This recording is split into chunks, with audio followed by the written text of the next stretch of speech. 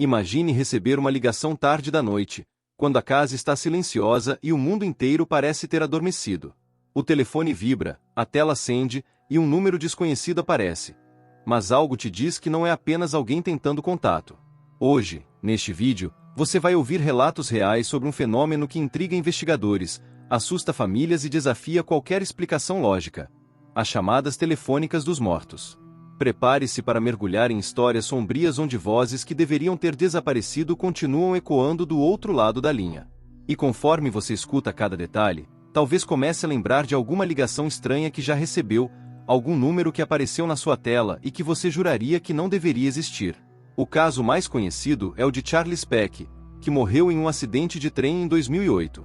Horas após sua morte confirmada, sua família recebeu mais de 30 ligações vindas do telefone dele. Quando atendiam, tudo o que ouviam era silêncio, seguido de um ruído metálico, como se alguém tentasse falar de muito longe.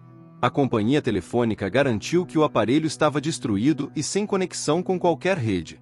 Mas as chamadas continuaram, insistentes, repetitivas, quase como se alguém estivesse desesperado para se comunicar. Até hoje, ninguém conseguiu explicar como um telefone desligado, sem bateria e soterrado entre ferragens pôde realizar chamadas. Alguns acreditam que foi apenas um erro técnico, outros afirmam que Charles estava tentando avisar sua família que ainda estava ali, preso entre mundos. Outro relato assustador vem do Japão, depois do tsunami de 2011. Centenas de moradores afirmaram receber ligações de familiares que haviam morrido na tragédia. As ligações vinham de números inativos, cancelados ou destruídos, e em muitas delas as vozes soavam distantes, molhadas, como se viessem do fundo do oceano. Em alguns registros, pessoas dizem ter ouvido frases como "estou com frio", "não consigo sair daqui" e "preciso ir para casa". Teóricos sugerem que o trauma coletivo abriu um portal emocional. Espiritualistas afirmam que eram espíritos perdidos tentando encontrar conforto. Para os habitantes das regiões afetadas, não era teoria, era realidade. Tanto que várias cabines telefônicas foram transformadas em espaços dedicados a conversar com os mortos, onde pessoas ainda buscam respostas.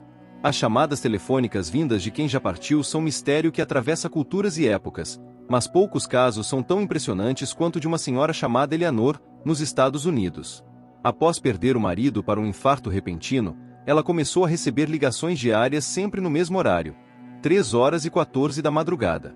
O identificador não mostrava número algum, e quando ela atendia, escutava uma respiração calma, pausada, exatamente como a do marido enquanto dormia.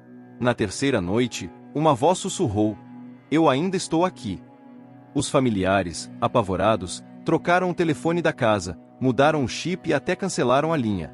Mas as ligações continuaram vindo de um número inexistente. Especialistas tentaram explicar como interferência eletrônica, mas a frase gravada em uma das ligações nunca pôde ser reproduzida por nenhum técnico. Para Eleanor, aquilo não era tecnologia, era despedida. Outro relato vem de uma jovem chamada Marina, do interior de Minas Gerais.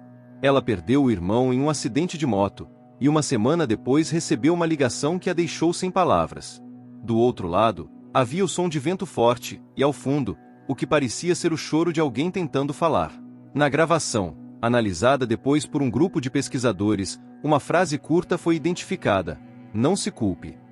A frase fazia sentido apenas para ela, que carregava remorso por não ter atendido o último áudio do irmão antes do acidente. A operadora confirmou que o número do irmão estava desvinculado da rede desde o dia da morte. Mesmo assim, na tela do celular, apareceu exatamente o contato dele, com a mesma foto, como se nada tivesse acontecido. Até hoje, Marina mantém essa gravação guardada, dizendo que nunca mais recebeu outra ligação, apenas aquela, no momento exato em que precisava ouvir. Há também um relato surpreendente de um bombeiro chileno que participou de resgates durante um grande incêndio urbano.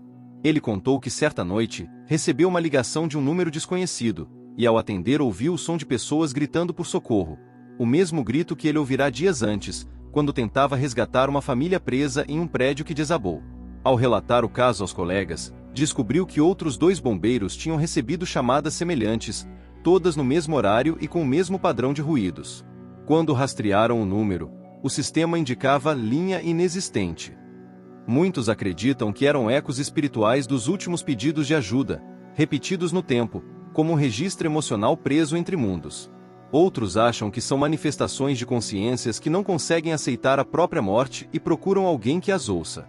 Mas o que explica essas ligações? Para estudiosos do paranormal, celulares e redes telefônicas funcionam como portais eletromagnéticos, canais possíveis para manifestações espirituais, já que energia não desaparece, apenas se transforma. Há quem acredite que no momento da morte, a consciência possa ficar presa em estados de confusão e buscar meios de contato através de sinais eletrônicos, interferindo em frequências e redes.